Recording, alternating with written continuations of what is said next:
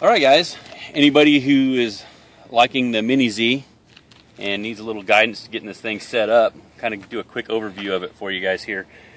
Basically, what you're going to want to do is hit the CG, and the CG is going to be located from the leading edge, not the blunt, but from the leading edge where it meets the blunt here. And the CG on this airplane is 4 1/4 inches back to this mark here. So it's 4 1/4 inches back here. You get the airplane there, you're golden. This airplane here, we mounted the blunt section exactly a 1/2 inch forward from the leading edge to help with the CG. And we did this because this is not an FPV airplane. It's just a fun sport flyer. We've also cut this area out here so the tape is easily applied when you're laminating this. This whole plane's been laminated in 3mm laminating film.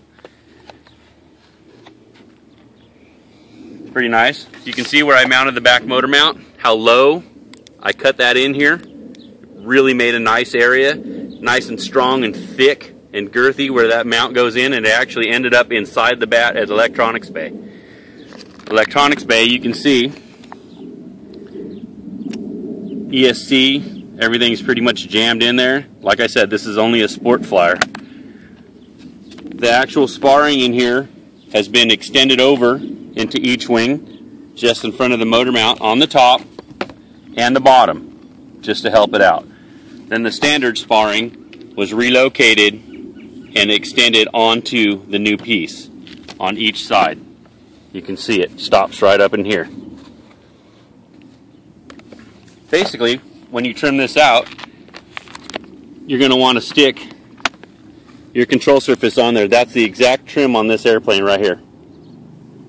Straight edge, off the back edge, completely level on both sides.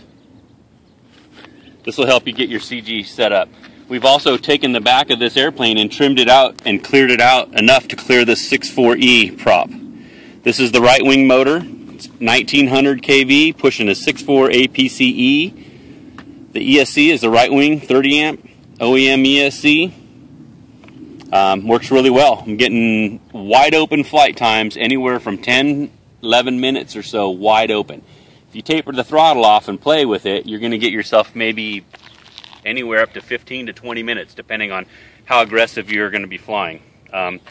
Just cut a piece of coroplast for a skid here. It works great for landing on the street, no issues. Inside here, I think it was maybe almost 2 ounces of lead. I cleared a little spot in the front of the bay to go in. Now that it's tuned, I will end up gluing that in with some hot glue. The battery I'm using in here is a 3S 1800 Turnagee Super, what is it, a nanotech, Ron? Yeah, just 1.8 nanotech. Just a 1.8 nanotech in there. Works great. Slap that bad boy in there.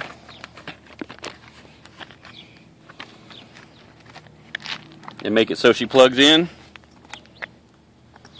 Be careful not to hit my throttle. She's ready to go. It's a beautiful, perfect fit. Everything fits in there perfect. We've added some steel in the last few flutes to hook to the magnets. The magnets are epoxied in.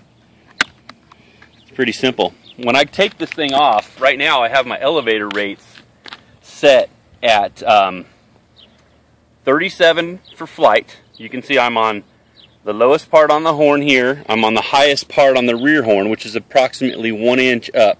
I'm on the lowest part on the front horn, which is just right off the servo. My rates for my fast flying are 37%, but for takeoff I have a dual rate set, so it's 47%. It gives it 10% higher, or 10 points higher I should say, on the rates for the elevator. And you need this a little bit on launch because the airplane's not moving, and you need a little bit of more authority on your elevator. My ailerons are set for 47%. I have a high dual rate set for 57%. And if you want to do some blender rolls or do some crazy stuff, the high rates on the aileron set at 57% will give you some crazy roll rates. But right now, flying with my elevator at 37%, which is, you can see right here, that's all the elevator I have from neutral. I mean, you're talking maybe 10, 12 millimeters. Maybe a little bit more, but that's just about it. And then my aileron right now is set at 47%, which is not big. If you have any more than this, you can hyperstall it on launch just by grabbing your stick too hard.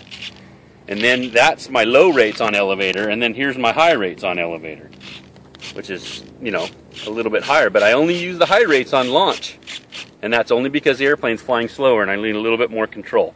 I'm not even usually sending the ailerons into the high rate. There's no real reason for it. I like to fly this airplane nice and smooth. But launching of this airplane, very easy. Grab it under the skid. It's a baseball. Throw it like a baseball. So I launch it wide open.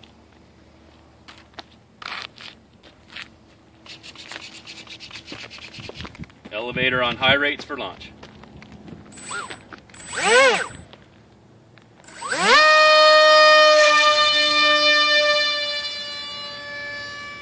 Once she's on step, I flip the elevator down to low, so she's not crazy sensitive.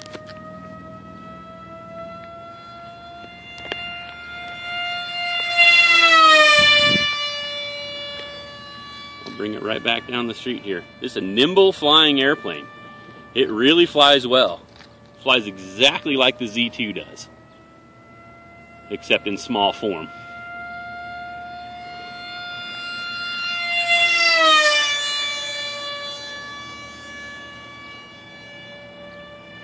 When you launch it, don't be afraid to throw it up high. Throw it up high and throw it forward. Don't try to throw it out. It's going to take a second for it to get on step. Once that prop stops stalling,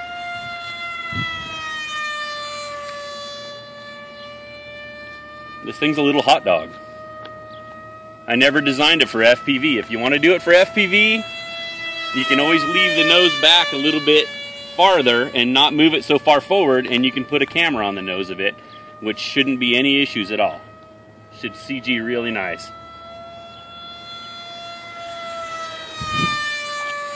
I'll bring it down right at us, Ron. Okay.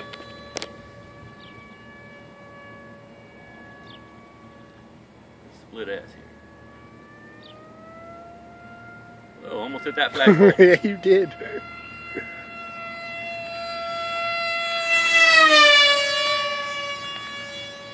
Windy across there.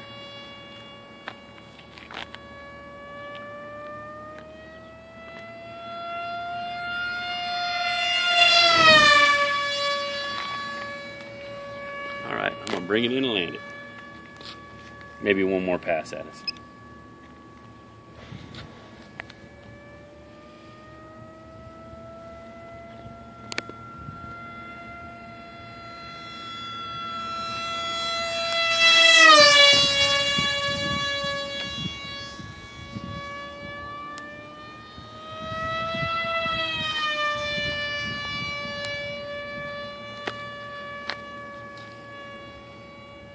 It's too much fun to fly.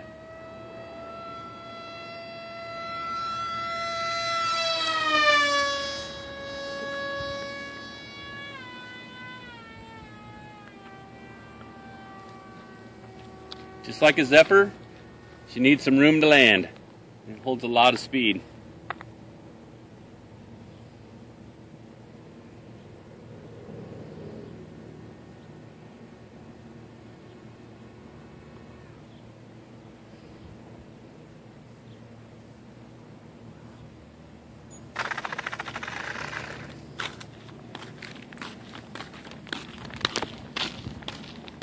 The motor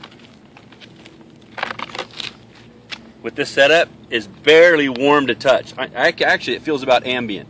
So you're getting a really, really efficient setup here, especially with the 6.4 on it. I bet you could probably end up going to a 6.5E or a 6.5 by 5E on this motor, and you might push it a little bit, but for a real well-balanced setup, and the airplane is not a super light airplane. If it was, it would fly like a loopy Swift or a loopy park flyer. It's something that we want it to fly smooth and rail. So we want it a little bit on the heavy side, and that's by design. So with this setup, very efficient. It's cruising at about 80 miles an hour. Battery comes out just barely warm to the touch, and the ESC is barely warm to the touch. So for a perfect setup, whether it's an IYF, a night flyer, something that you want to do as a fun park flyer and you want it to kind of rail and still eat up the sky, it's a perfect little airplane for that. So thanks, guys.